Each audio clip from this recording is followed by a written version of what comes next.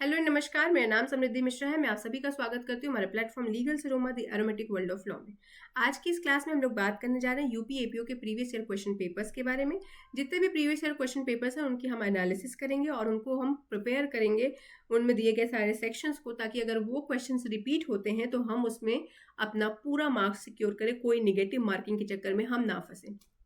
कई बार होता है हम डायरेक्ट तो पूरा पढ़ के चले जाते हैं, पर हमें ध्यान नहीं रहता है कि कौन सी मार्जिनल नोट से या कौन सी लाइन से क्वेश्चन फ्रेम होगा। ये हमें पता ही नहीं चलता क्योंकि हमने पेपर को एनालिसिस किया ही नहीं होता है। इसीलिए आपसे ये गलती ना हो तो मैं आपको इस सीरीज के माध्यम से उन सारी क्वेश्चंस की प्रिपरेशन कराऊंगी। तो अगर अब तक चैनल सब्सक्राइब ना किया तो कर लेना, अपने दोस्त मित्र के साथ जरूर मेरी इस वीडियो को साझा करना। चलिए शुरू करते हैं। तो देखिए, यूपी एपीओ में अभी तक कुल 8 बार पेपर्स हुए हैं, तो हम 8 साल के पूरे पेपर्स डील करेंगे। आप अपने साथ अपनी बेरक रखिएगा, जो भी इंपॉर्टेंट सेक्शंस आए हैं जिनसे क्वेश्चंस फ्रेम हुए उनको अपने बेरक में मार्क कर लेना। कोई लाइन से फ्रेम हुआ है तो उसको मार्क कर लेना, कहीं पे मार्जिनल नोट पूछा गया तो उस मार्जिनल नोट को मार्क कर लेना। और जब भी आप एग्जाम के देने जाओ तो उसको एक बार आप सरसरी निगाह से देख लेना, ताकि आपको वो क्वेश्चन भूले ना, आपसे मिस ना हो।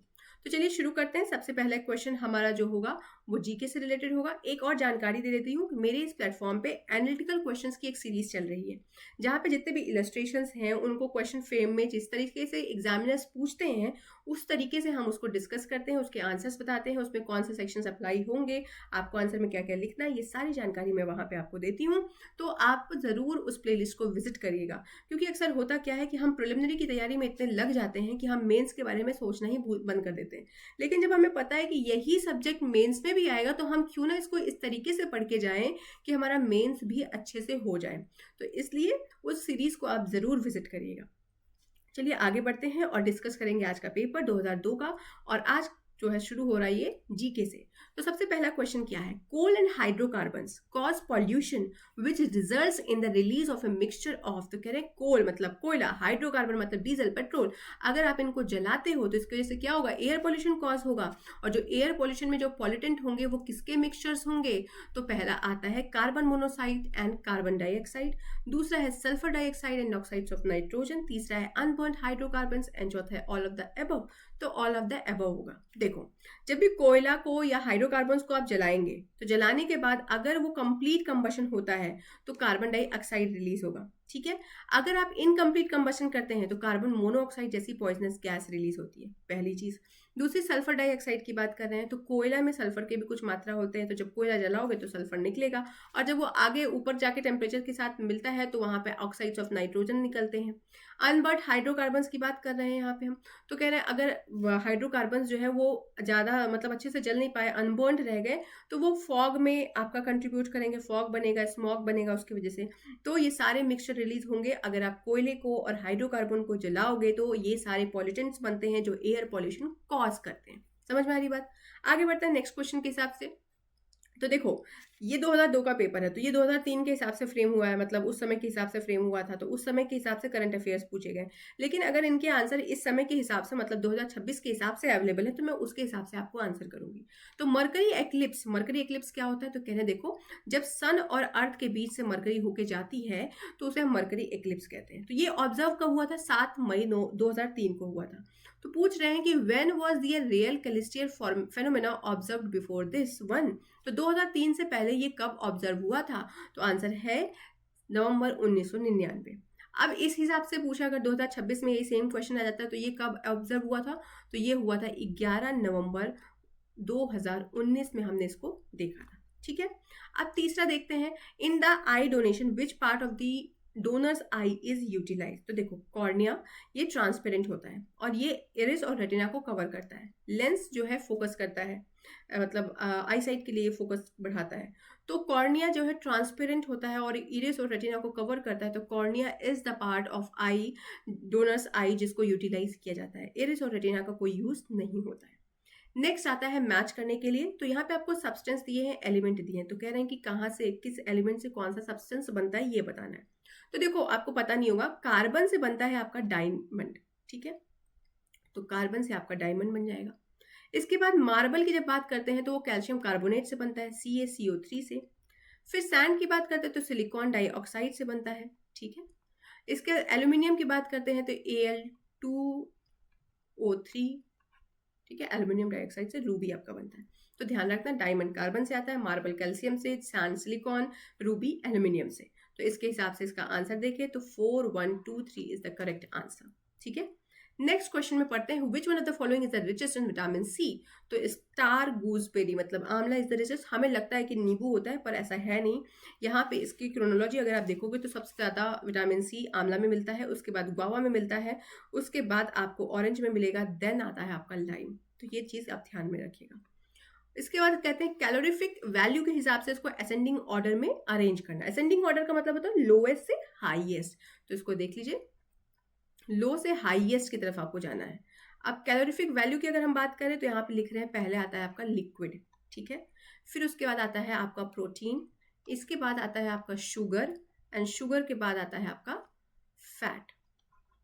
ठीक, ये इस तरीके से आप कैलोरीफिक वैल्यू कैलकुलेट करोगे। तो लिक्विड में सबसे पहले क्या आएगा आपका आ जाता है मिल्क, क्योंकि कैलोरी देखनी है ना कि हमें किस चीज़ से कितनी कैलोरी मिल रही है। तो सबसे ज़्यादा कम कैलोरी लिक्विड से तो मिलती है। उसके बाद प्रोटीन में देख लेते हैं हम, तो हमारे पास यहाँ पे एग दिया हुआ है तो 5 हो गया। शुगर में हम देखें तो हमारे पास आइसक्रीम भी दिया है और शुगर भी दिया है, तो 4, 3 लिख दीजिए। एंड फैट आपका मिलता है बटर से, तो ये हो गया 1, 5, 4, 3, 2। तो मतलब लिक्विड मतलब मिल्क हो गया आपका, मिल्क के बाद प्रोटीन में आ जाते हैं आपके एग, एग के बाद आता है शुगर, शुगर के आइसक्रीम, आइसक्रीम के बाद शुगर, शुगर के बाद आपका बटर आता है। तो कैलोरीफिक वैल्यू जब निकालनी है तो यही देखना कि सबसे पहले लिक्विड का पोर्शन रखो, देन प्रोटीन रखो, then sugar and then fat. ठीक है, आगे बढ़ते हैं। कंप्यूटर ग्रिड की बात करें, कंप्यूटर ग्रिड का क्या मतलब है? तो देखो, कंप्यूटर ग्रिड का मतलब होता है कि आप दूसरे ऑर्गेनाइजेशन के कंप्यूटर्स को एक साथ कनेक्ट करते हैं। तो अब अगर आपको बनारस में आप रहते हो, आपको आजमगढ़ के किसी कंप्यूटर के साथ कनेक्ट करना है, तो आप क्या करेंगे, वहां से तार भेजेंगे यहाँ तक? वो तो प्रैक्टिकली पॉसिबल नहीं होगा। तो आप क्या करते हो, सॉफ्टवेयर इंस्टॉल करते हो। तो अगर कंप्यूटर ग्रिड की बात करें तो ये सॉफ्टवेयर इंफ्रास्ट्रक्चर है जहां पे मल्टीपल कंप्यूटिंग ऑर्गेनाइजेशंस को हम एक साथ इन्वॉल्व करते हैं। तो computer grid is a software infrastructure involving multiple computing organisation. समझ में आ रही बात? नेक्स्ट क्वेश्चन पे बढ़ते हैं। Hand burns by steam are more serious as compare to burns by boiling water. तो कह रहे हैं देखो, जब भाप से हाथ जलता है तो वो ज़्यादा सीरियस बर्न होता है in comparison to boiling water. इसके पीछे का रीज़न क्या है? तो जब भाप निकलता है तो वो वेपराइज होकर वाटर बनता है, ठीक है। वाटर जब बनता है तो जो लेटेंट हीट है वेपराइजेशन का वो बहुत ज़्यादा होता है, इसी वजह से जो स्टीम के माध्यम से हैंड बर्न होते हैं वो बहुत सीरियस होते हैं। तो hand burns by steam are more serious as compare to the burns by boiling water because steam is endowed with latent heat of vaporisation. तो ये होगा इसका आंसर, ठीक है। Oil spreads on the surface of the water because oil जो है surface of water पे spread हो जाता है, मतलब जब आप पानी के ऊपर तेल डालोगे तो वो ऊपर ही रहेगा, उसके साथ मिक्स नहीं होता। उसके पीछे का रीजन क्या है?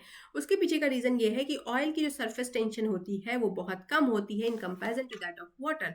मतलब यहाँ पे बहुत सिंपल दिया गया है कि जो भी लिक्विड जिसकी भी सरफेस टेंशन कम होती है in comparison to the liquid जिसकी सरफेस टेंशन हाई है, तो वाटर की सरफेस टेंशन हाई है, उसके ऊपर आप कम सरफेस टेंशन वाला चीज डालोगे तो वो उसके ऊपर स्प्रेड रहेगी, वो उसके साथ मिलेगी नहीं, ठीक है। 10th आता है pendulum clock slow in summer because. तो देखो यहाँ पे बोला कि पेंडुलम क्लॉक स्लो हो जाती है समर में, क्यों? इसके पीछे का रीजन है कि टेम्परेचर इंक्रीज होता है। अब जब टेम्परेचर बढ़ता है तो उसके वजह से जो रॉड होती है पेंडुलम की वो भी एक्सपैंड होती है। अब जब रॉड एक्सपैंड होगी तो उसकी लेंथ इंक्रीज हो जाती है, और जब लेंथ इंक्रीज होगी तो आपका जो क्लॉक है वो समर में बहुत स्लो चलेगा। तो the length of the pendulum increases in the summer, इस वजह से वो समय ज़्यादा लेता है, जब समय ज़्यादा लेगा तो क्लॉक स्लो चलेगा, ठीक है। नेक्स्ट आता है 11, in bid to fight terrorism, terrorism से लड़ने के लिए कौन सी दो कंट्रीज थी जिन्होंने हिस्टोरिक डिसआर्मामेंट पैक्ट साइन किया? तो हिस्टोरिक डिसआर्मामेंट पैक्ट का मतलब यहाँ पे है कि न्यूक्लियर वेपन्स के रिडक्शन हो, मतलब उसको कम से कम यूज करें। ग्लोबल सिक्योरिटी की बात कर लेते हैं, और लास्टली आ जाता है टेररिज्म, सिक्योरिटी थ्रेट और टेररिज्म, इन सब से लड़ने के लिए एक पैक्ट साइन किया गया था, किसके द्वारा? रशिया और यूएसए के द्वारा। ह्यूमन राइट डे आप सबको पता है कि ये 10 दिसंबर को होता है, इसमें कुछ बताने जैसा नहीं है। Which on the following is not correctly match. तो यहाँ पे कुछ क्रिकेटर्स मतलब कुछ प्लेयर्स हैं और उनके प्रोफेशन के बारे में पूछ रहा है। तो देखो यहाँ सबसे सही यही है, एंड्रयू फ्लिंटॉफ क्रिकेट के लिए जाने जाते हैं। पीटी सैम्प्रस के बारे में बात हो रही है। जुगराज सिंह, विजय कुमार, तो ये विजय कुमार शूटिंग के लिए जाने जाते हैं, ठीक है। और उसके बाद आपके जुगराज सिंह हॉकी के लिए जाने जाते हैं, और ये भाई साहब जो है ये टेनिस के लिए जाने जाते हैं, if I am not wrong. आप इसको देख लीजिएगा। तो सही इसमें होगा एंड्रयू फ्लिंटॉफ। तो ये देख लो, इस तरीके के भी क्वेश्चन पूछ सकते हैं। The first lady prime minister in the world was, कौन है फर्स्ट महिला prime minister in the world? तो वह है श्रीमावो भंडानिके, जो श्रीलंका की है। 1960 में आई गेस ये बनी थी, ठीक है। इंदिरा गांधी हमारी इंडिया की है, तो ये वर्ल्ड की हो जाती है। First lady prime minister in the world was Sirimavo भंडानिके।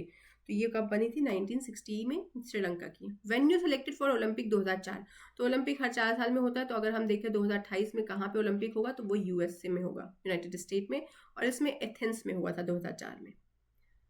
Match the following, यहाँ पे मैन्युफैक्चरर का नाम दिया हुआ है और यहाँ पे कार की मॉडल्स दी हैं, आपको इनको मैच करना है। तो आपको पता होगा महिंद्रा एंड महिंद्रा जो थी कंपनी, उसने स्कॉर्पियो निकाला था। टाटा एंड टाटा इंडिका निकाली थी। इसके बाद आप देख लो कि डी का 1 है एंड ए का 4 है, तो आपका ये आंसर हो जाएगा। फोर्ड किसने दिया? फिर उसके हिसाब से देखें तो इकॉन ने दिया एंड हुंडई दिया एसेंट ने, ठीक है। Wisden cricketer of the century award was given to whom? Kapil Dev ji को दिया गया था। नेक्स्ट आता है यसीर अफरत, who was in news recently was held captive by Palestine forces. तो देखो ये जो है ना, पैलेस्टाइन के लीडर्स थे, तो पैलेस्टाइन फोर्सेस ने उनको कैप्टिव नहीं किया, बल्कि इजराइल फोर्सेस ने उनको कैप्टिव किया था। 19 का आ गया Indian home rule society in London कब स्टार्ट हुआ था? तो Indian home rule society in London जो है 1905 में स्टार्ट हुआ था। और किसने स्टार्ट किया था? तो हम गलती से एनी बेसेंट को क्लिक करके आ जाते हैं, पर वो श्यामजी कृष्ण वर्मा ने किया था। Who among the following Mughal princess did write Humayunnama? Humayunnama एक हिस्टोरिकल बुक थी जिसमें हुमायूं और बाबर के जीवन के बारे में लिखा गया था, और ये उनकी बेटी और बहन, मतलब हुमायूं की बहन और बाबर की बेटी गुलबदन बेगम ने लिखा था, ठीक है। The credit of for the foundation of Amritsar, Amritsar बनाने का क्रेडिट किसको जाता है? तो 1577 में अमृतसर बना था। सिख के गुरु थे, 4th सिख गुरु थे जिनका नाम था गुरु रामदास जी, तो इन्होंने बनाया था। 4th सिख गुरु जो थे रामदास जी, इन्होंने अमृतसर बनाने का, मतलब फाउंडेशन अमृतसर का जो है वो क्रेडिट इनको जाता है।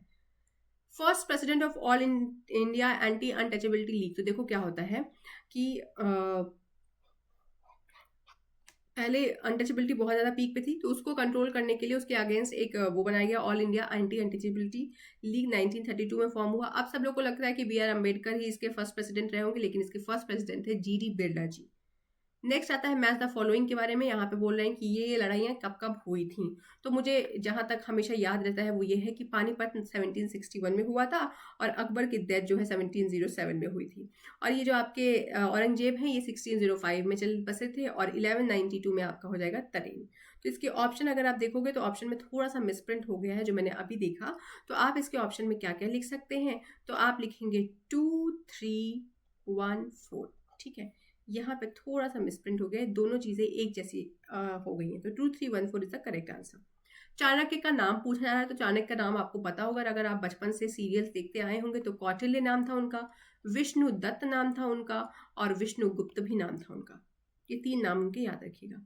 इसके बाद कहते हैं इनकी क्रोनोलॉजिकल ऑर्डर बनाओ गवर्नर जनरल का। तो देखो ये क्वेश्चंस मुझे बहुत इरिटेट करते हैं, क्योंकि आप नहीं याद कर सकते कि किसकी क्या कार्यकाल थी। हो सकता है पहले वाले का याद रहे, दूसरे का ना रहे। तो इसमें एलन बर्ग जो थी ना, ये कब आई थी? 1842 में आई थी और 44 तक थी। फिर सर हेनरी हार्डिंग क्या थे? तो 1844 में आए थे और 48 तक थे। फिर उसके बाद आपके लॉर्ड डलहौजी आई गेस आए थे 48 से लेके 56 तक के समय में, एंड लॉर्ड कैनिंग फिर 1856 से 62 तक की इनकी कार्यकारिणी बैठक थी। और इसका सही आंसर क्या होगा आपका? तो आप देख लो 42 से, तो बी हो गया आपका, ठीक है। ए हो गया, सॉरी फॉर दिस, तो बी होगा, ए होगा, ये हार्डिंग पहले ये आए, फिर ये आए, फिर डलहौजी आए, डी हुआ एंड सी, ये बी आ गया, इसका आंसर होगा। आगे बढ़ते हैं नेक्स्ट क्वेश्चन की तरफ। आपका आता है नेक्स्ट क्वेश्चन 27 में 26 है हमारा नेक्स्ट क्वेश्चन। 26 में क्या बोले? President of the Congress, Indian National Congress की बात हो रही है, उसके प्रेसिडेंट कौन थे 1885 में? तो डब्ल्यू.सी. बनर्जी थे, और इनका फर्स्ट सेशन कहाँ पे हेल्ड हुआ था? इनका फर्स्ट सेशन बॉम्बे में हेल्ड हुआ था। नेक्स्ट क्वेश्चन की तरफ चलते हैं 27 की तरफ। Among the freedom fighters first war of independence of 1857, तो यहाँ पे रिवोल्ट ऑफ 1857 की बात हो रही है। तो रिवोल्ट ऑफ 1857 में कह रहे हैं कि कौन सी ऐसी महिला थी जिनका नाम महक परी था? तो उस समय एक बहुत ही बोल्ड और स्ट्रांग लेडी थी जिनका नाम था जीनत महल। जीनत महल को ही लोग प्यार से महक परी कहा करते थे। ठीक है, आगे बढ़ते हैं। The group of lawyers to fight the case of Indian National Army in the 1946 in the Red Fort Delhi was headed by Bhulabhai Desai. तो देखो कुछ केस हुआ था फॉरेनर्स और इंडियन नेशनल आर्मी के बीच में, उसका ट्रायल रेड फोर्ट दिल्ली में हो रहा था। तो उस केस को लड़ने के लिए एक ग्रुप ऑफ लॉयर्स को इकट्ठा किया गया था, उसमें पंडित नेहरू भी थे, लेकिन उसको हेड कौन करा था? भूला भाई देसाई कर रहे थे। आगे बढ़ते हैं 29 की तरफ। The province where the Indian National Congress could not get absolute majority. कौन सा ऐसा प्रोविंस है जहां पे इंडियन नेशनल कांग्रेस को एब्सोल्यूट मेजोरिटी नहीं मिली थी during the general election of 1937? तो वो है असम। तो देखो क्या हो रहा था, जनरल इलेक्शंस लड़े जा रहे थे ब्रिटिश इंडिया के तहत, जब ब्रिटिशर्स ही हमारे देश में थे। तो उस समय हर राज्य में इंडियन नेशनल कांग्रेस मेजोरिटी में जीत रही थी, लेकिन असम एक ऐसा राज्य था जहां पे उनको फुल मेजोरिटी नहीं मिली थी। 30 आता है कि ये कब कब ये इवेंट्स हुए थे। तो इनके लिए आपको देखो जीके पढ़ना पड़ेगा, बचपन में पढ़े होगे तो शायद इसका आंसर आप दे पाओगे। तो चौरी चौरा कब हुआ? 1922 में हुआ, जब पुलिस वालों को जला दिया गया था। जलियांवाला बाग आपको पता ही होगा कितना भयानक था वो, इस पर शायद मूवी भी बनी है, आपने देखी होगी शायद। रॉल्ट एक्ट है आपका शायद 1916 में, और चंपारण सत्याग्रह है आपका 1917 में। तो क्रोनोलॉजी ऐसे ही जाएगी, DCBA इसका आंसर होगा। आगे बढ़ते हैं 31 वानर Sena Manjari Sena are associated with civil disobedience movement. तो देखो क्या होता था, उस समय हमारे और आपकी तरह फोन तो थे नहीं, और ना ही हमारे और आपकी तरह व्हाट्सएप चलता था, ना ही टेलीग्राम था, ना ही शेयरिंग था। ऐसी कोई इक्विपमेंट उस समय अवेलेबल नहीं थी, ना कोई ऐप्स थे। तो उस समय बात कैसे कम्युनिकेट किया जाए, उसलिए वानरी सेना और मनिजारी सेना बनाई गई थी। तो इसमें बच्चे और महिलाएं होते थे, ये लोग बातों को, प्रोपेगेंडास को, जो भी मैसेजेस थे उनको कन्वे करने के लिए काम करते थे। तो ये सिविल डिसोबीडियंस मूवमेंट से रिलेटेड है।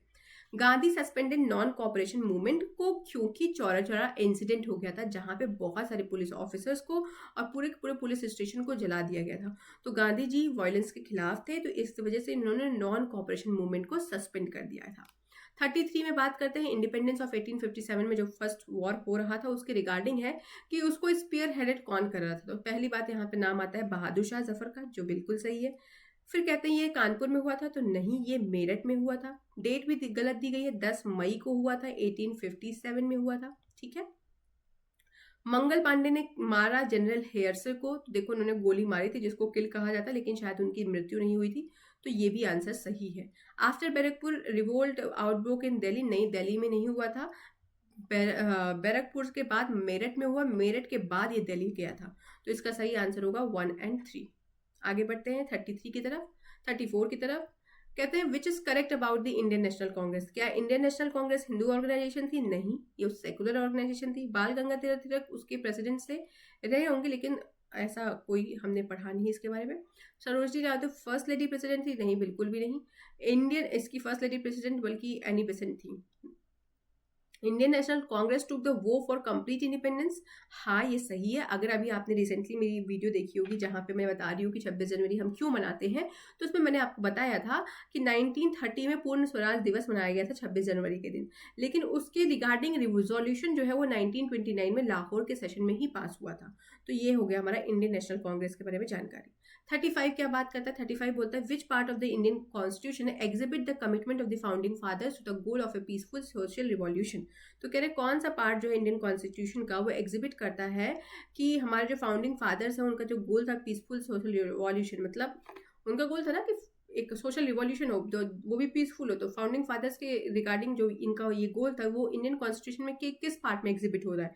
तो प्रियम्बल बात करता ही है आपका इक्वालिटी के बारे में, जस्टिस के बारे में।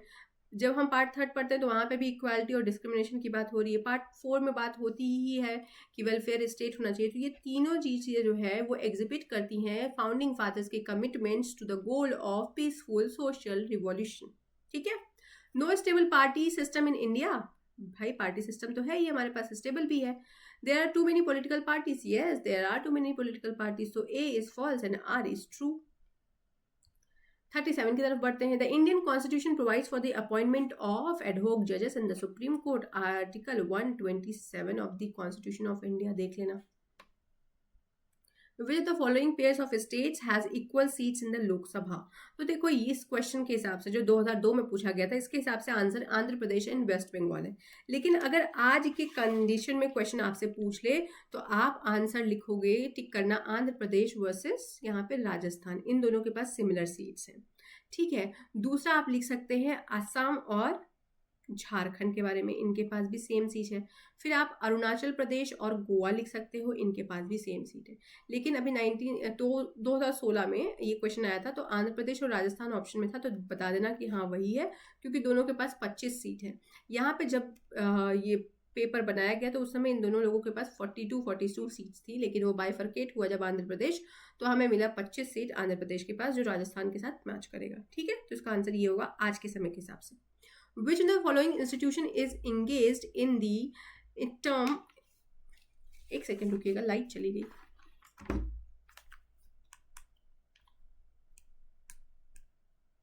Which one of the following institution is engaged in the long-term industrial financing in India? तो ये सब कुछ engage है, ICICI, IDBI, IFSI सब कुछ engage है in the long-term industrial financing in India.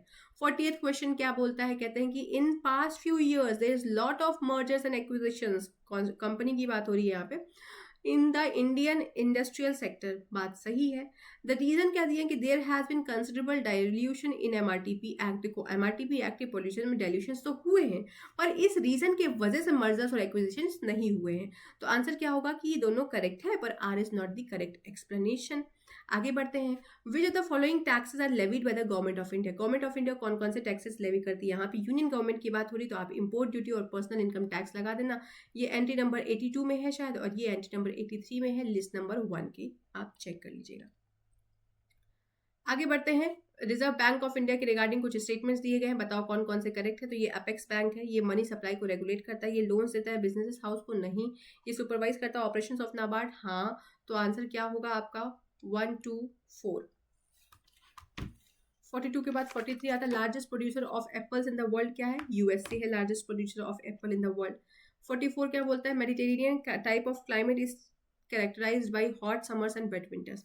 तो मेडिटेरियन टाइप ऑफ क्लाइमेट जो है उनके कैरेक्टरिस्टिक्स के बारे में पूछा जाए तो हॉट समर्स होते हैं और वेट विंटर्स होते हैं। कौन से following rock system of India is highly metalliferous? तो कह रहे हैं कौन सा रॉक सिस्टम इंडिया में है जहाँ पे बहुत ज्यादा मेटल्स हैं? तो वो है धरवाड़। ठीक है, उसके बाद आता है which one of the following seas has the highest salinity? Dead sea में सबसे ज्यादा नमक पाया जाता है। ठीक है, इसको डेड लैक भी बोलते हैं शायद।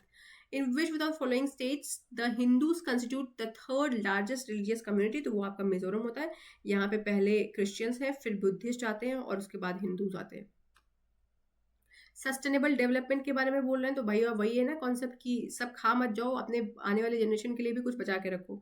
तो बायोडाइवर्सिटी को कंजर्व करो, प्रिवेंट करो पोल्यूशन को, कंट्रोल करो पोल्यूशन को, पॉवर्टी को रिड्यूस करो। तो all of the above will be the answer according to the census. तो उस हिसाब के सेंसस के हिसाब से पूछा जा रहा है कि लीस्ट पॉपुलेटेड स्टेट तो छत्तीसगढ़ था, पर अभी के हिसाब से देखें तो वो सिक्किम हो गया है 2011 में जो हुआ था सेंसस जनगणना, उसके हिसाब से। लास्ट क्वेश्चन है हमारा जीके के लिए। विच of the following tributaries of the Ganga has northerly course? Northerly course का मतलब है जो साउथ से नॉर्थ की तरफ बहती हो, तो वो आपकी आ जाती है सोन नदी, सॉरी गंडक सोन नदी। ठीक है, अब पढ़ते हैं लॉ की तरफ। आई होप जीके का पोर्शन क्लियर होगा, ऐसे ही क्वेश्चंस आएंगे इस बार भी और हम लोग अच्छे से इसमें मार्क्स सिक्योर करेंगे। तो लॉ में सबसे पहला क्वेश्चन आता है who among the following is an accomplish? Accomplish का सेक्शन बताइए, कौन सा सेक्शन है एकम्प्लिश का? 138 ऑफ भारतीय साक्ष्य अधिनियम and 133 of Indian Evidence act. तो एकम्प्लिश का मतलब क्या होता है? तो कहते हैं एकम्प्लिश एक कॉम्पिटेंट विटनेस होता है अगेंस्ट द एक्यूज पर्सन, जो कि बेरेक्ट की लाइन है। तो कह रहे हैं कि मान लीजिए दो लोग एक साथ क्राइम करते हैं, जो सह अपराधी है, तो उसमें से एकम्प्लिश के बारे में पूछ रहे हैं कि कौन एकम्प्लिश होगा। तो प्रोस्टिट्यूशन एक तरीके का हमारे यहाँ क्राइम है, तो प्रोस्टिट्यूशन में सह अपराधी कौन होगा? वो महिला होगी और पुरुष होंगे। तो कह रहे हैं कि जो प्रोस्टिट्यूट है वो भी एकम्प्लिश हो सकती है। तो कह रहे हैं इसमें पूछा गया के पास रेप गर्ल के बारे में बात हो रही है, स्पाई के बारे में बात हो रही है, पर्सन गिविंग ब्राइब अंडर कोएर्जन के बारे में बात हो रही है। तो कौन इसमें एकम्प्लिश होगा? तो प्रोस्टिट्यूट दोनों लोग अपनी इच्छा से तो कर रहे होंगे ना, तो प्रोस्टिट्यूट में प्रोस्टिट्यूशन कर रहे होंगे, तो प्रोस्टिट्यूशन में प्रोस्टिट्यूट भी एक एकम्प्लिश हो सकती है, जिसके बारे में 138 में हम पढ़ते हैं। और एक और सेक्शन पढ़ लेना 119 का बी, जो हम इसमें 114 पढ़ते थे, जो अनवर्दी ऑफ क्रेडिट के बारे में बात करता है एकम्प्लिश के। ठीक है, आगे बढ़ते हैं। The case of Pakala Narayana Swami versus emperor relates to dying declaration. Dying declaration कहाँ दिया है? 27 ऑफ भारतीय साक्ष्य अधिनियम में, पहले ही कहा था 32 ऑफ इंडियन एविडेंस एक्ट में। 53 बोलते हैं मैच द फॉलोइंग के बारे में, सेक्शंस दिए गए हैं आपको और प्रोविजंस दिए गए हैं, अब बताओ क्या क्या होता है। तो देखो कह रहे हैं कि सेक्शन नंबर 159 किसके बारे में बात करता है? तो 159 बात करता है refreshing memory of Indian Evidence act है, लेकिन भारतीय साक्ष्य अधिनियम में ये बन चुका है 162। 154 किसके बारे में बात करता है? तो 154 बात करता है ओरल विटनेस के हॉस्टाइल विटनेस के बारे में। हॉस्टाइल विटनेस कौन सा आ जाता है? सेक्शन 157 आ जाता है। उसके बाद आते हैं, उसके बाद नेक्स्ट सेक्शन आता है सेक्शन नंबर 60 जो बात करता है ओरल एविडेंस के बारे में, और अब ये क्या बन चुका है? अब ये सेक्शन नंबर 55 बन चुका है। इसके बाद 144 आता है जो लीडिंग क्वेश्चंस की बात करता है। लीडिंग क्वेश्चंस अब क्या बन चुके हैं? तो लीडिंग क्वेश्चंस में अब आपका सेक्शन बन चुका है 146 आई गेस। तो leading question 146, oral evidence 55, refreshing memory 162, hostile witness 157। तो इस हिसाब से इसको आप कर लीजिएगा। अ confession is inadmissible if it is made by the accused. अगर कोई कन्फेशन है तो वो इनएडमिसिबल होगा अगर उसे किसी एक्यूज ने दिया है। तो ऐसे में क्या बोल रहे हैं यहाँ पे? कह रहे हैं कि देखो भाई, यहाँ पे बात हो रही है कि कोई भी कन्फेशन इनएडमिसिबल होगा। किस केस में इसको इनएडमिसिबल बता रहे हैं? अगर आप वो किसी डॉक्टर के सामने जाके बात कह के आते हो और उस समय आप कस्टडी में हो पुलिस के। देखो कन्फेशन के रिगार्डिंग आपको सेक्शन पता होगा, सेक्शन नंबर 23 ऑफ भारतीय साक्ष्य अधिनियम and 25 of the Indian Evidence act. तो कन्फेशन के रिगार्डिंग क्या बात हो रही है? कह रहे हैं कि आप कन्फेशन अगर पुलिस ऑफिसर के सामने करते हैं तो वो कन्फेशन एडमिसिबल नहीं होगा। तो वैसे ही बोला जा रहा है कि इसमें से कौन सा ऐसा केस है जहां पे कन्फेशन इनएडमिसिबल होगा। तो पहले में मजिस्ट्रेट की बात करते हैं कि अगर आप मजिस्ट्रेट के सामने कुछ कन्फेस करोगे तो वहां पे क्या होगा? आप उस समय पुलिस ऑफिसर के कस्टडी में, तो वो एडमिसिबल हो जाएगा। अगर आप किसी फ्रेंड के सामने कन्फेस करोगे जो कस्टडी में नहीं है पुलिस ऑफिसर के, तो वो भी एडमिसिबल हो जाएगा।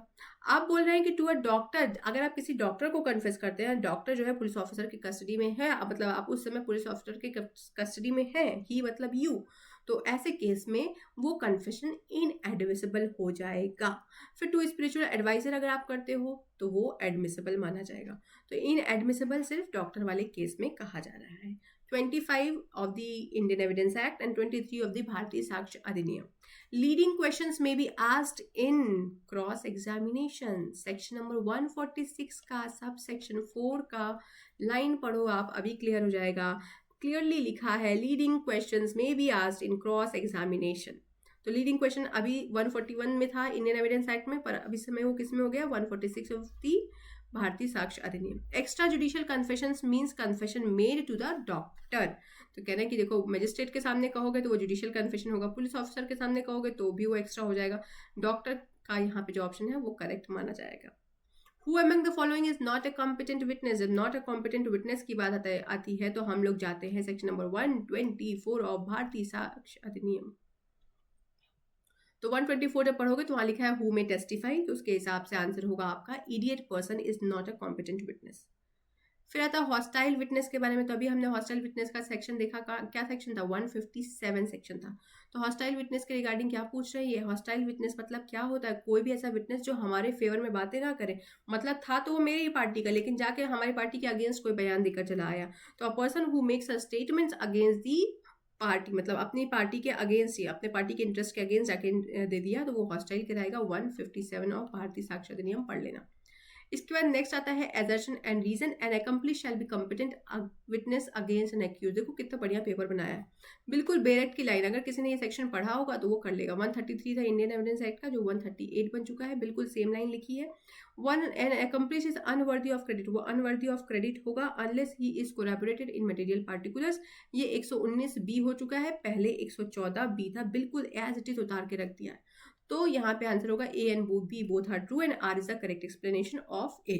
ठीक है। A confession is admissible if it is made by the accused to the police officer. तो कह रहे हैं अगर पुलिस ऑफिसर को कन्फेस करोगे तो एडमिसिबल होगा? नहीं होगा ना। 23 पढ़ के आओ भारतीय साक्ष्य अधिनियम का। डॉक्टर के पास अगर आप करते हो जब वो कस्टडी में होगा तो वो एडमिसिबल होगा? नहीं होगा। अगर आप किसी फ्रेंड को करते जब वो पुलिस के कस्टडी में होगा तब वो एडमिसिबल होगा? नहीं होगा। स्पिरिचुअल एडवाइजर के कस्टडी में अगर, मतलब आप स्पिरिचुअल एडवाइजर के पास गए, वहां पे आप अपनी बातें बता रहे हो, गुड फेथ के लिए कर रहे हो, अपनी गुड ऑफ सोल के लिए कर रहे हो, तो ऐसे केस में वहां पे वो पुलिस कस्टडी में नहीं है तो वो एडमिसिबल हो जाएगा। लेकिन अगर पुलिस कस्टडी में डॉक्टर के पास हो या फ्रेंड के साथ भी हो तो भी पुलिस कस्टडी में, तो ऐसे केस में वो एडमिसिबल नहीं होगा। समझ में आ रही बात। फिर आते हैं 61। देखो कैसे इन्होंने फॉर्मुलेट करके कंफ्यूज कर दिया होगा बच्चों को।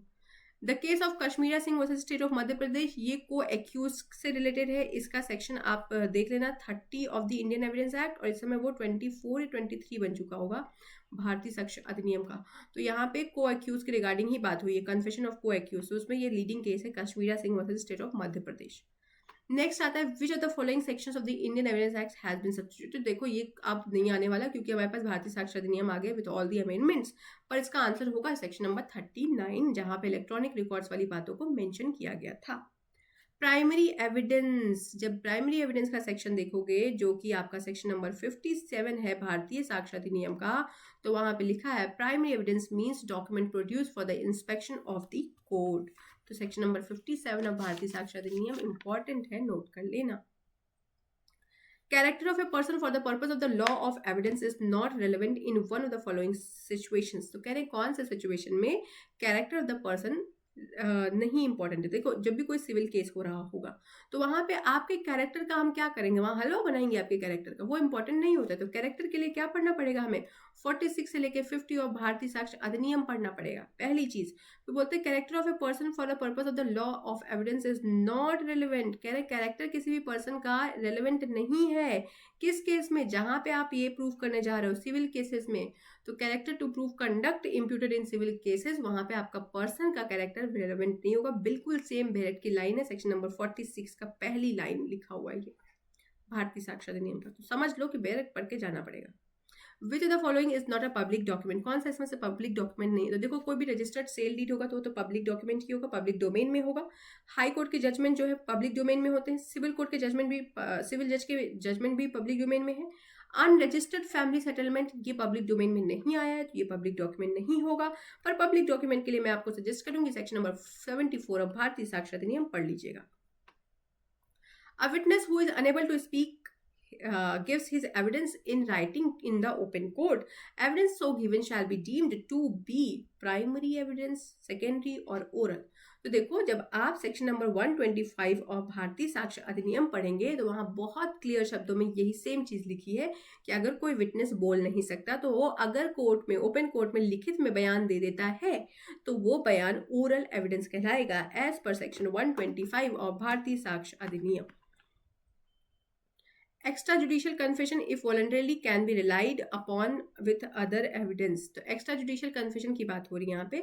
तो कह रहे हैं कि अगर जो भी आपने जुडिशियल कन्फेशन के अलावा जाके कहीं पे कुछ बोला है तो आप रिलाई कर सकते हो with other evidence, other evidence के साथ आप उस पर रिलाई कर सकते हैं अगर वॉलंटरीली किसी ने कन्फेस किया है। तो ये ट्रू हो गया। ये वीक पीस ऑफ एविडेंस है, हाँ ये वीक पीस ऑफ एविडेंस है क्योंकि बिना कोरोबोरेशन के हम इस एविडेंस के हिसाब से जजमेंट नहीं दे सकते। तो both are true. 68 an admission under section 17 के अंदर जो भी एडमिशंस होंगे of the Indian Evidence Act is an, कौन सा होगा, एन ओरल डॉक्यूमेंट्री और statement contained in electronic form. तो section number 15 of the Bharatiya साक्ष्य अधिनियम हो रहा है ये, मतलब एविडेंस अब आ चुका है, उसकी पहली लाइन में ये चीज लिखी हुई है। तो बेरेक जिसने पढ़ा होगा वो सॉल्व कर लेगा। 57 यू लिख दिया, यहाँ पे 57(1) होगा of the Evidence Act the court shall take judicial notice of all laws force in India. तो जब आप सेक्शन नंबर 57 यहाँ पे जो दिया है वो अब भारतीय साक्ष्य अधिनियम का 52 हो चुका है। जब आप 52 देखोगे तो वहाँ पे पहली लाइन में लिखा है all laws in force in India. 70 में डॉक्यूमेंट प्रोड्यूस के बारे में बात करें तो डॉक्यूमेंट की डेफिनेशन कहाँ दी गई है, 2D ऑफ द भारतीय साक्ष्य अधिनियम में दिया गया। Written document, caricature, electronic record, inspection और स्टोन, ये सब आ जाता है इसमें, तो सी होगा इसका करेक्ट आंसर। एजर्शन की बात कर रहे हैं, इनके certain cases corroboration of confession is necessary. कुछ केसेस में कन्फेशन में कोरोबोरेशन नेसेसरी होता है। सर्टन केसेस में कोरोबोरेशन का मतलब क्या बताया जा रहा है कि जो भी बात कही गई, जो भी एविडेंस दिया गया है, जो भी स्टेटमेंट किसी ने दिया, कन्फेशन दिया, उसे हम किसी इंडिपेंडेंट या सपोर्टिव एविडेंस के साथ कंफर्म करा लेते हैं, तो वो कोरोबोरेशन होता है। तो कह रहे हैं कुछ केसेस में कन्फेशन में मतलब कोरोबोरेशन कराना जरूरी है, तो ये ट्रू है। In all cases extra judicial confession must be corroborated. तो बोल रहे बाकी सारे केसेस में extra judicial confession must be corroborated. तो कह रहे हैं हाँ एक्स्ट्रा जुडिशियल कन्फेशन को कोरोबोरेट करना जरूरी है, लेकिन ये जो रीजन है ये असर्शन का सही आंसर नहीं है, तो आंसर इसका होगा B. In case of suicide की बात हो रही है, 113 of the Indian Evidence Act जो बन चुका है, मुझे लगता है 117 बन चुका है भारतीय साक्ष्य अधिनियम का। तो कहते हैं कि कोर्ट प्रिज्यूम करेगा कि अगर सुसाइड हुआ है, मैं presume that suicide is admitted, अगर महिला शादीशुदा है और उसने सुसाइड कर लिया है तो कोर्ट ये प्रिज्यूम करेगा कि हस्बैंड ने उस सुसाइड को अबेट किया है, मतलब उसको मजबूर किया है। किस किस केसेस में? अगर सुसाइड जो है शादी के 7 साल के अंदर ही हो गई है, या वाइफ सब्जेक्ट थी क्रुएल्टी की, पुअर फैमिली से थी, इलिटरेट थी, डिजर्टेड बाय द हस्बैंड, ये दोनों राइट नहीं है। 1 and 2 is the correct answer. तो 117 में क्या बोलते हैं? 117 में यही बोल रहे हैं कि अगर सुसाइड हुआ, महिला ने किया, तो हम मानेंगे कि हस्बैंड ने उसको अबेट किया था उसके लिए। 73 बोलता है assertion dying declaration is admissible in evidence. Dying declaration admissible होगा एविडेंस में, बिल्कुल होगा। लेकिन क्या बोल रहे हैं? Its admissibility is founded upon the principle of necessity. लेकिन वो क्यों है? मतलब उसके रिगार्डिंग प्रिंसिपल ऑफ नेसेसिटी को बोल रहे हैं। तो इसके पीछे का रीजन ये है। तो क्या कह रहे हैं कि देखो भाई, dying declaration is admissible in evidence, reason behind the principle of necessity, इसके पीछे का रीजन है। तो यहाँ पे आप एक वो रखना, नेमो मॉरिशस, इसकी स्पेलिंग आप चेक कर लेना, मेंटेड। इसका मतलब होता है मरता हुआ व्यक्ति कभी झूठ नहीं बोलता। तो कह रहे हैं कि डाइंग डिक्लेरेशन हमेशा एज एन एविडेंस एडमिसिबल होता है, और उसकी एडमिसिबिलिटी डिपेंड करती है प्रिंसिपल ऑफ नेसेसिटी पे और इस मैक्सिम पे। तो A and R are true and R is the correct explanation of A. 73 हो गया हमारा। डाइंग डिक्लेरेशन कहाँ दिया है? Section number 27 of the Bharatiya साक्ष्य Adhiniyam. Admissions are not conclusive proofs of the matters admitted, बिल्कुल बेरेट की लाइन है। अगर आप सेक्शन नंबर 26 पढ़े होंगे तो पता चलेगा। एडमिशन कहाँ दिया है? तो सेक्शन नंबर 15 में दिया है। तो 15 से 26 पढ़ लेना, लास्ट वाला सेक्शन यही है। Which of the following section is correct statement regarding, यहाँ पे करेक्ट की बात कर रहे हैं, विटनेस के रिगार्डिंग करेक्ट स्टेटमेंट कौन सी है? तो देखो, विटनेसेस टू कैरेक्टर में बी क्रॉस एग्जामिन, हाँ बिल्कुल होंगे मैं क्रॉस एग्जामिन। इसके रिगार्डिंग सेक्शंस कौन से? 145 का भारतीय साक्ष्य अधिनियम। Leading questions can not be asked in cross examination, देखो अभी हम लोगों ने आगे पढ़ा था leading questions can be asked, ये 146 का 4 है। तो करेक्ट तो ये ए हो गया। A person summoned to produce a document can be cross examine, can not होगा। अगर आपने किसी को डॉक्यूमेंट के लिए बुलाया है तो आप उसको क्रॉस एग्जामिन नहीं कर सकते। ये कहाँ पे दिया है? ये 144 में दिया है। विटनेस में be cross examine as to previous, यहाँ पे नॉट लिखा लेकिन मे भी हो जाएगा, ये 148 का पार्ट है। मतलब प्रीवियसली आपने कोई स्टेटमेंट दिया तो उसके रिगार्डिंग आपको क्रॉस एग्जामिन किया जा सकता है 148 भारतीय साक्ष्य अधिनियम के तहत। In cognizable offence a police officer may arrest without warrant, ये कहाँ पे दिया है? कॉग्निजेबल ऑफेंस की अगर हम बात करें तो कॉग्निजेबल ऑफेंस आपका दिया है, आई गेस 2G में दिया हुआ है। Where is my pen?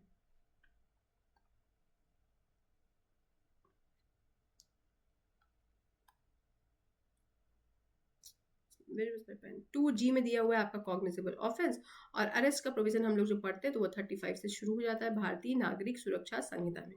ठीक है, अब आ जाते हैं भारतीय नागरिक सुरक्षा संहिता पे। अभी तक हमारा चल रहा था क्या? भारतीय साक्ष्य Adhiniyam. Who among the following is not entitle for maintenance, देखो 77 मतलब 26 के आसपास क्वेश्चंस जो है आपके वो एविडेंस से आए हुए थे। Who among the following is not entitle for maintenance, maintenance का सेक्शन कौन सा है? 144 ऑफ द भारतीय नागरिक सुरक्षा संहिता। कौन एंटाइटल नहीं होगा? तो यूट्राइन मदर एंटाइटल नहीं होगा। बेरेट खोलोगे तो यहाँ पे लिखा हुआ है कि इलेजिटिमेट माइनर चाइल्ड को आप दोगे मेंटेनेंस, फादर मदर को भी दे सकते हैं, डिवोर्स वाइफ को भी देंगे, पर यूट्राइन मदर का कहीं नामो निशान नहीं है। 144 BNSS पढ़ लेना। The main characteristics of the CRPC का मेन कैरेक्टरिस्टिक्स बता रहे हैं, तो इसमें empowerment of executive magistrate with judicial power, separation of legislature from the executive, separation of the judiciary from the executive होगा इसका आंसर। तो ये है मेन कैरेक्टरिस्टिक्स ऑफ CRPC या Bharatiya Nagarik Suraksha Sanhita. Who can commute the sentence of the imprisonment for life, कौन commute कर सकता है? तो ये कम्यूटेशन का पावर दिया गया है एप्रोप्रिएट गवर्नमेंट को, section number 473 of Bharatiya Nyaya संहिता, नागरिक सुरक्षा संहिता। फिर आता है हमारा section number chapter number question number 80, power of the supreme court to transfer the case. Supreme court के पास पावर है कि वो केसेस को और अपील्स को ट्रांसफर कर सकती है एक हाई कोर्ट से दूसरे हाई कोर्ट में। कब कर सकती है? जब एप्लीकेशन दे। कौन देता है? Attorney general of India and advocate general of India. इसको पढ़ने के लिए 446 पढ़ लेना, chapter number 33 of the Bharatiya Nagarik Suraksha संहिता। बिल्कुल डायरेक्ट सेक्शन से क्वेश्चन पुट अप हुए हैं। नेक्स्ट है a sentence of imprisonment for a term of 10 years में बी पास्ड बाई सेशन जज पास कर सकते हैं, क्योंकि मजिस्ट्रेट फर्स्ट क्लास के 3 साल देंगे, सीजीएम 7 साल देगा, मेट्रोपॉलिटन मजिस्ट्रेट का तो काम ही खत्म हो गया भारतीय नागरिक सुरक्षा संहिता में, और सेशन जज 10 साल का दे सकते हैं। प्राइवेट पर्सन में अरेस्ट के लिए 40वां पढ़ लो भारतीय नागरिक सुरक्षा संहिता का। अगर कोई भी व्यक्ति उसके सामने कॉग्निजेबल और नॉन बेलेबल ऑफेंस करेगा तो 40 के तहत उसको अरेस्ट कर लिया जाएगा, मतलब प्राइवेट पर्सन अरेस्ट कर सकता है। और एक जो चीज ऐड हुई है वो क्या ऐड हुई है भारतीय नागरिक सुरक्षा संहिता में, कि 6 घंटे के अंदर अंदर आप उस व्यक्ति को पेश करेंगे। कहाँ पे पेश करेंगे? नियर बाई पुलिस स्टेशन में। आई होप यहाँ तक चीजें क्लियर है। 82 सेक्शन क्वेश्चन तक हम लोगों ने कर लिया है। नेक्स्ट बढ़ते हैं क्वेश्चन नंबर 83 की तरफ। 83 क्या बोलता है? Under which section of CrPC proclamation for a person absconding may be issued. बिल्कुल बेरेट की एकदम क्रिस्टल लाइन उठा के इन्होंने क्वेश्चन डाल दिया है। 83 अगर आपको पढ़ना होगा, सेक्शन क्वेश्चन नंबर 83, इसका आंसर 82 है, और आप पढ़ लेना 84 ऑफ दी भारतीय नागरिक सुरक्षा संहिता। तो which section of the CrPC a proclamation for a person absconding may be issued. तो proclamation for the person absconding may be issued under section number 84 of the Bharatiya Nagarik Suraksha Sanhita. 84 क्या कहता है? Which section of the CrPC provides trial. तो trial के लिए 238 से लेकर 243 है, लेकिन अब ये हो गया है 248 से लेकर 260, और ये आएगा आपका चैप्टर नंबर 19 में। ठीक है। Which section of the CRPC provides for the prosecution of offences against marriage। अब आप सोच लोगे मैरिज के रिगार्डिंग भी यहाँ पे कहाँ से प्रावधान आ गया, तो ये देखो ये 219 में है, पहले ये होता था मुझे जहाँ तक याद है 198 में। चेक कर लीजिएगा। When an accused does not have sufficient means, अगर आपके पास पैसा नहीं है, आप प्लीडर एंगेज नहीं कर सकते, तो सेशन कोर्ट प्लीडर अरेंज करा देगा, और उसका एक्सपेंसेस कौन बेयर करता है? स्टेट बेयर करता है। पहले ये 304 में दिया गया था, लेकिन अब ये 341 में हो गया है। लीगल एड प्रोवाइड करने की बात की जाती है इसमें। 87 क्या बोलता है? Who among the following is not empowered to tender pardon to accomplice. कौन एम्पावर्ड नहीं है पार्डन टेंडर करने के लिए टू एकम्प्लिश अंडर सेक्शन 306? कौन एम्पावर्ड नहीं है? तो देखो जब ये वाला सेक्शन पढ़ोगे 306, जो इस समय आपका क्या बन चुका है, इस समय आपका है ये 343 हो गया आई थिंक। हाँ, जब आप 343 पढ़ोगे ना, तो वहाँ पे 2 लोगों का नाम लिखा हुआ है, एक तो सीजीएम का, एक मजिस्ट्रेट फर्स्ट क्लास का। इनका नामो निशान नहीं है, तो मजिस्ट्रेट ऑफ सेकंड क्लास नहीं कर सकते। मेट्रोपॉलिटन मजिस्ट्रेट कर सकते रहेंगे, लेकिन अब जो नया हमारा कानून आ गया उसमें मेट्रो का एरिया, मेट्रोपॉलिटन मजिस्ट्रेट वाला एरिया नहीं है। तो magistrate of the second class is not entitled, not empowered to tender pardon to accomplice. Accomplice को पार्डन करने के लिए वो एम्पावर्ड नहीं है। Which section of the CrPC, बिल्कुल देखो डायरेक्ट क्वेश्चन उठा के रख दिया इन्होंने। No statement made by any person to a police officer in the course of the investigation shall, if reduced to writing, be signed by the person making it। तो कह रहे हैं no statement made by any person to a police officer in the course of investigation may, if reduced in writing, be signed by a person making it। तो कह रहे हैं कि जो भी स्टेटमेंट आपने दिया पुलिस ऑफिसर के सामने ड्यूरिंग द इन्वेस्टिगेशन, उसको साइन नहीं करा सकता है वो by the person making it. तो इसके रिगार्डिंग सेक्शन कौन सा है हमारे पास? तो सेक्शन नंबर 162 हुआ करता था पहले, अब ये 181 हो चुका है। Point out the correct answer. FIR से रिगार्डिंग करेक्ट आंसर ये कॉग्निजेबल ऑफेंस के रिगार्डिंग होता है। हाँ, ये पुलिस ऑफिसर को आप देते हो, बिल्कुल देते हैं। Information first point in the time, बिल्कुल। It must always been given in writing, ये गलत है, क्योंकि एफआईआर आप ओरली भी दे सकते हैं, बाद में वो रिड्यूस इन राइटिंग कर लेंगे। इनकरेक्ट फिर से पूछ रहा है 125, अब बन चुका है आपका 144। तो क्या बोल रहा है? Wife will not be entitled to maintenance allowance if she is living in adultery. अगर वो एडल्ट्री में रह रही है तो उसको मेंटेनेंस नहीं मिलेगा। अगर वो अपने हस्बैंड के साथ रहने से मना कर देती है तो उसको मेंटेनेंस नहीं मिलेगा। अगर वो हस्बैंड से दूर रहती है separately without by mutual consent, तो उसको मेंटेनेंस नहीं मिलेगा। She embraces some other religion, तो उसको मेंटेनेंस नहीं मिलेगा। Wife will not be entitled to maintenance if she embraces the other religion, तो ये इनकरेक्ट है यहाँ पे, क्योंकि जब आप 144 का 4 पढ़ोगे तो ये 3 ही चीजें दी है, adultery, refusal to live with her husband and living separately by mutual consent. तो 144 भी पढ़ लेना। Which section of the CrPC authorises a private person, private person 40 में आता है of the Bharatiya Nagarik Suraksha Samhita. Point out incorrect, कह रहे हैं कि वैलिड वारंट के रिगार्डिंग इनकरेक्ट लाइन क्या है। तो देखो राइटिंग में होगा, हाँ होगा। साइन बाई होगा, ऑफिसर ऑफ द कोर्ट, हाँ होगा। Shall bear the seal of the court, हाँ बिल्कुल बियर करेगा। It must state the name of the accused but address is not necessary, ये गलत हो गया। एड्रेस तो जरूरी है भाई, वारंट जा रहा है। An order for the life imprisonment में बी पास्ड बाई, किसने पास, कौन पास करेगा लाइफ इम्प्रिजमेंट का ऑर्डर। तो देखो भाई सीजीएम साहब के पास अधिकार कितना है, सीजीएम साहब के पास आपके अधिकार है कि वो सिर्फ और सिर्फ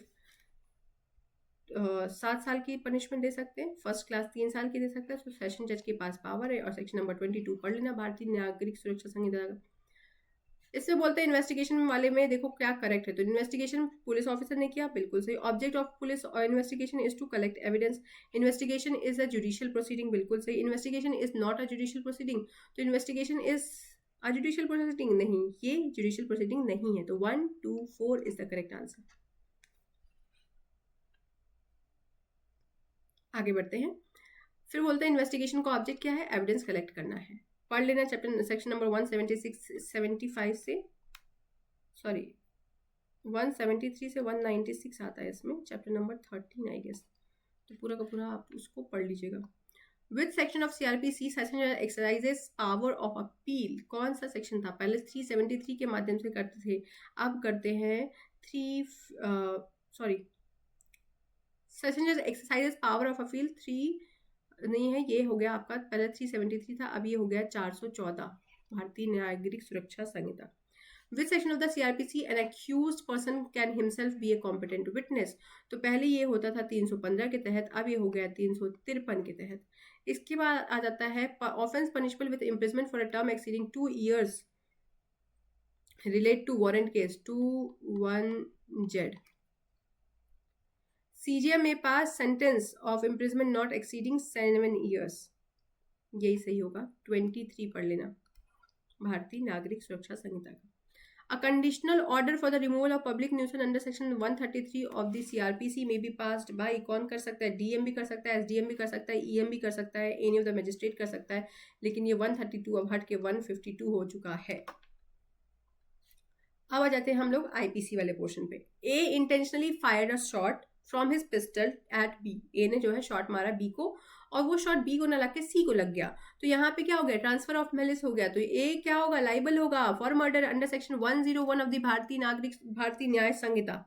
ए makes a false entry in his electronic record, ठीक है, इलेक्ट्रॉनिक रिकॉर्ड में गलत एंट्री डालता है for the purpose of using it as a corroborative evidence in the trial court. तो यहाँ पे उसने क्या किया, फैब्रिकेट किया फॉल्स एविडेंस। 228 के अंदर धरे जाएंगे, 7 साल की सजा होगी 229 के हिसाब से, ठीक है।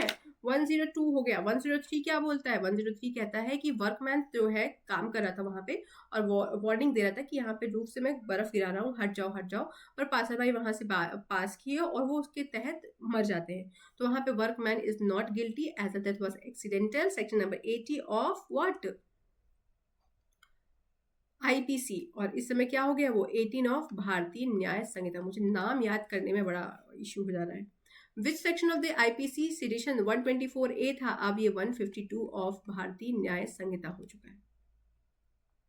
A puts his hands in the pocket of B, A दूसरे के जेब में हाथ डालता है पैसा चुराने के लिए, लेकिन पैसा मिलता नहीं क्योंकि पॉकेट एम्प्टी थी।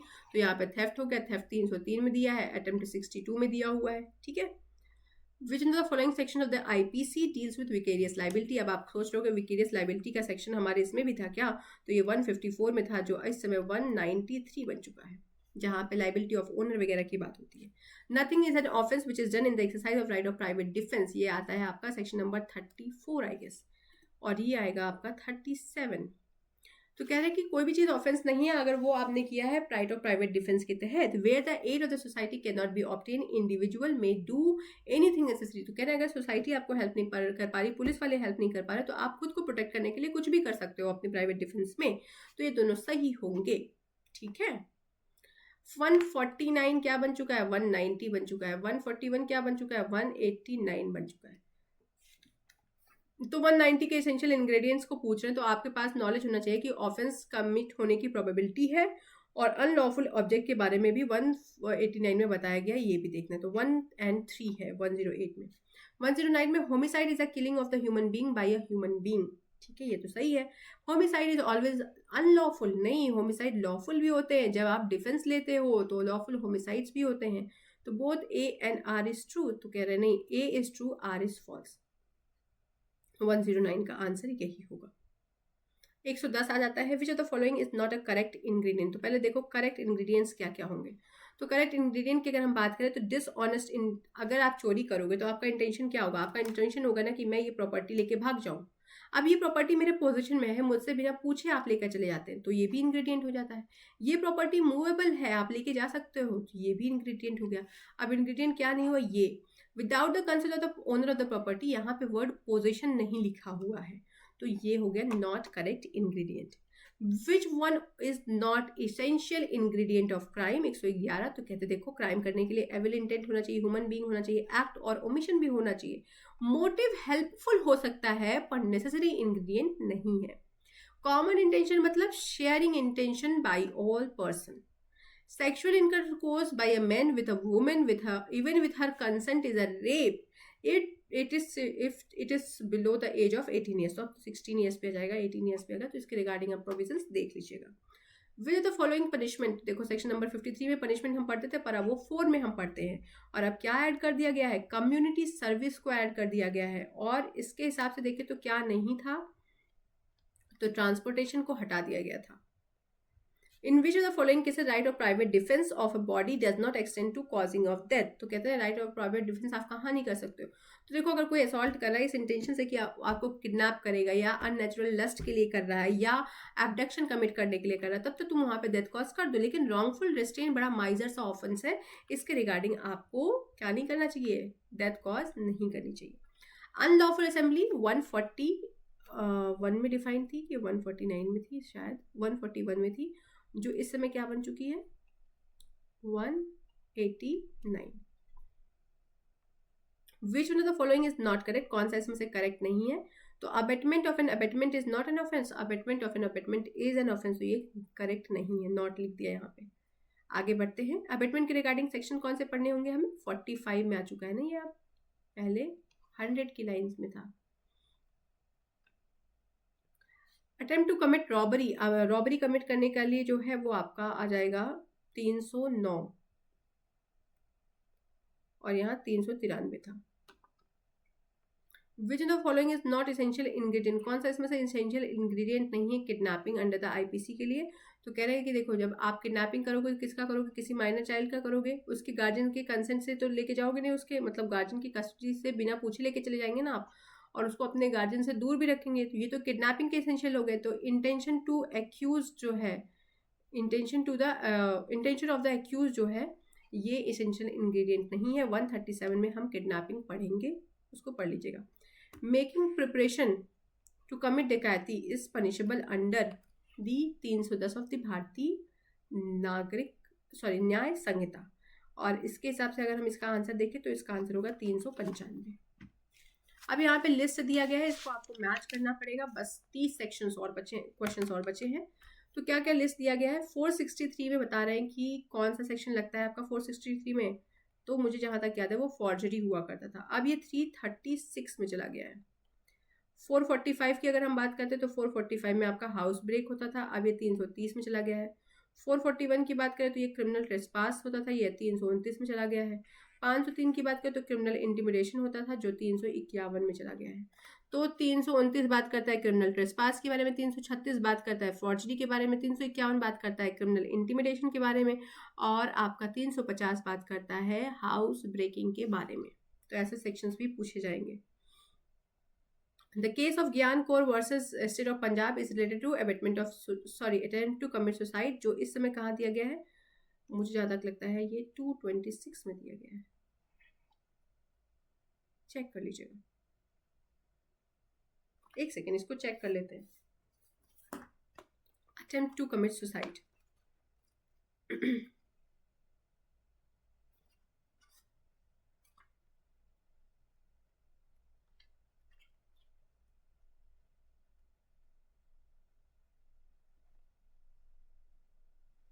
Attempt to commit suicide to compel or restrain exercise of the lawful power, Bharatiya Nyaya संहिता के सेक्शन नंबर 226 में दिया गया है।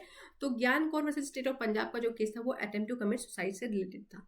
नेक्स्ट चलते हैं, 303 of IPC was unconstitutional, Mitthu Singh versus state of Punjab की वजह से, ये आपको पता होगा। A removes a book from his house, आप मेरे घर आते हो, मेरी बुक हटा देते हो, मेरे कंसेंट के बिना, मुझसे बिना पूछे लेके चले जाते हो और बोलते हो कि मैं इसको तभी रिटर्न करूंगा जब मुझे कुछ अवार्ड आप दोगे। तो भैया ऐसा है ना कि तुमने क्या कमिट कर दिया, तुमने थेफ्ट कमिट कर दिया जाने अनजाने में, जो ये मॉक कर रहे थे तुम मेरे साथ। तो ये 303 के तहत आएगा भारतीय न्याय संहिता के।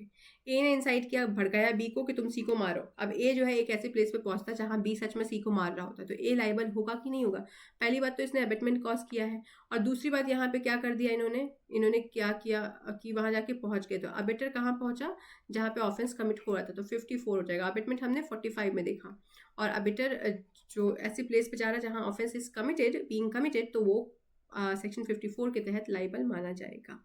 नेक्स्ट आता है, ए चीज by pretending to be B, तो मतलब राम बोलता है कि मैं श्याम हूं, और श्याम क्या था? श्याम पहले ही मर चुका था, ठीक है। तो आप प्रिटेंड कर रहे हैं टू बी अ श्याम, और उसके बाद आपने मुझे चीट किया है, मतलब ऐसे करके प्रिटेंड करके, तो ऐसे में आप लाइबल होंगे, और मतलब पनिशेबल होंगे, लाइबल होंगे टू बी पनिश्ड। किस सेक्शन के तहत? 319, पहले 419 के तहत पनिशमेंट दिया जाता। 126 27 में कहते हैं कि in the exercise of the right of private defence of the property death can not be cause. किसमें? आप तो कह रहे हैं देखो इसमें सब कुछ दिया गया, ये क्वेश्चन भी मुझे थोड़ा सा सही नहीं लगा, लेकिन ऐसा यहाँ पे लिखा गया था कि अनटिल एंड अनलेस आपको लगे कि उस थेफ्ट की वजह से आपकी जान जा रही है, तब तक आप, मतलब अगर आपको लगता है कि जान जा रही है तब आप वहां पे डेथ कमिट कर सकते हैं, अदरवाइज ऐसा कोई नीड नहीं है। 128 में एक बॉय था 9 ईयर का, ये भी क्वेश्चन मुझे सही नहीं लगा था। 9 साल का बच्चा था जिसने बी को मारा, ठीक है। अब उसको लाइबल कह रहे हैं कन्विक्शन के लिए। फिर यहाँ पे बोल रहे हैं कि जो 12 साल तक का बच्चा होता है वो इम्यून होता है फ्रॉम क्रिमिनल लाइबिलिटी, मतलब अपनी बात को कॉन्ट्रोडिक्ट कर रहे हो ना। तो ये क्वेश्चन कुछ इस तरीके से होना चाहिए था कि ए एक बच्चा है 9 साल का, इसने इंटेंशनली बी को मारा, A is not liable to be convicted because a child up to the age of 12 years is immune from the criminal liability. तब तो ये जाके सही होता, पर यहाँ पे 7 लिख देना चाहिए था इनको, क्योंकि हम मैच्योरिटी के हिसाब से देखते हैं ना। तो ये वाले क्वेश्चन में भी थोड़ा सा ट्रिकी है, पर आप ये देखना है अगर ऐसा आता है तो इसका आंसर दोनों फॉल्स होंगे। अगर ये सेम क्वेश्चन आ गया, अगर ऐसा आया तो ये सही होगा। अगर child up to the age of 7 years is immune from the criminal liability, sorry 12 years is immune, यहाँ पे 12 ही होगा, तो वो तब वहां पे मानेंगे कि हाँ एजर्शन एंड रीजन इज सही। इन द डार्क नाइट ए और बी लड़ाई कर रहे थे, बी की वाइफ अपने बच्चे को कंधे पे से सुला के उसकी लड़ाई छुड़ाने जाती है, तो ए का मुक्का बी के ऊपर आके लग जाता है। तो कह रहा है बी ने क्या किया? बी ने हर्ट कॉज किया। पहले हमने हर्ट कहाँ पढ़ा था? हम लोगों ने हर्ट पढ़ा था 319 में, पर अब ये शायद आ चुका है आपका 114 में, ठीक है, भारतीय न्याय संहिता के। फिर आता है मेंस रिया के बारे में कि mains rea is not essential ingredient in the commission of bigamy. बिल्कुल भैया, बाइगमी के लिए तुम्हारा इंटेंशन जानेंगे हम, तुमने दूसरी शादी कर ली, that is more than sufficient, अब हम तुम्हारा इंटेंशन देखने जाएंगे। Mens rea is not essential. A ने अपनी वाइफ को मारा, मारने के बाद जब वो अनकॉन्शियस हो गई, बेहोश हो गई, तो उसको लगा कि ये मर गई, तो उसने क्या किया कि भैया मैं अरेस्ट ना हूं, इसलिए उसको फांसी के फंदे पे लटका दिया, hang in the fan with the rope. तो पोस्टमार्टम रिपोर्ट में पता चला कि डेथ जो है हैंगिंग की वजह से हुई है, तो वो नेग्लिजेंस की वजह से डेथ कॉज हुई है, तो 106 कॉज डेथ बाय नेग्लिजेंस। एक बादल करके मूवी भी थी तपसी पन्नू और अमिताभ बच्चन की, वहां पे भी जो डेथ हुआ था वो भी कॉज डेथ बाय नेग्लिजेंस ही हुआ था। 106 of Bharatiya Nyaya Sanhita. The word good faith has been defined in section 52A, और जो अब है 2 सबसेक्शन 11 में। A cutting the wood with an axe, A मतलब कुल्हाड़ी से लकड़ी काट रहा था, तो जो कुल्हाड़ी में काटने वाली चीज होती है ऐसे नुकीली सी, वो छटक के गिर जाती है, किसी बच्चे को चोट लग जाती है, तो वहां पे नेग्लिजेंस की वजह से हुआ, तो 106 लगेगा भारतीय न्याय संहिता का। इंसैनिटी के बारे में आपने पढ़ा होगा 82 में, लीगल इंसैनिटी, जो अब आ चुका है कहाँ पे आपका 82 का लीगल इंसैनिटी आपके पास आ चुका है अब सेक्शन नंबर 22, सॉरी ये 84 में था, 22 ऑफ भारतीय न्याय संहिता। ए के पास पर्स था जिसमें मनी था, और वो उसको नहीं पता था कि किसको बिलोंग करता है, लेकिन जब उसको बाद में पता चला तो भी उसने उसको यूज कर लिया, तो क्रिमिनल मिस एप्रोप्रिएशन लगेगा, 314 के तहत इनको सजा मिलेगी। 136 में बोलते हैं, अब आ गया हमारा पुलिस एक्ट, इसके रिगार्डिंग वीडियो आपको 2 दिन में मिल जाएगी, आप पढ़ लीजिएगा इसको, मेरी प्लेलिस्ट विजिट करते रहिएगा। Which one of the following section of the police act has not been repeal, तो इसके लिए आपको पढ़ना पड़ेगा। तो 44 रिपील नहीं हुआ है। What is the date of the enforcement of the UP amendment act 2001, तो 2001 में 26 जनवरी को वो इन्फोर्समेंट में आया था। What is the which paragraph of the UP regulation deals with the absconding offences, तो 215 से लेकर 222 तक के पैराग्राफ डील करते हैं। Who is the head of the criminal administration in district, तो डिस्ट्रिक्ट मजिस्ट्रेट हेड होते हैं। A police constable compels a person to remain in a police station on false case of theft, allowing him to go after receiving a money। तो कहते हैं मतलब बोलते हैं कि तुम यहीं रुको और अगर तुम्हें जाना है तो मुझे कुछ पैसे वैसे देकर जाओ। तो ऐसा क्या होगा, ये क्या कर रहे हो आप, रॉन्गफुल कन्फाइनमेंट कर रहे हो, कहाँ जाओगे, 127 के अंदर आप पनिश होंगे।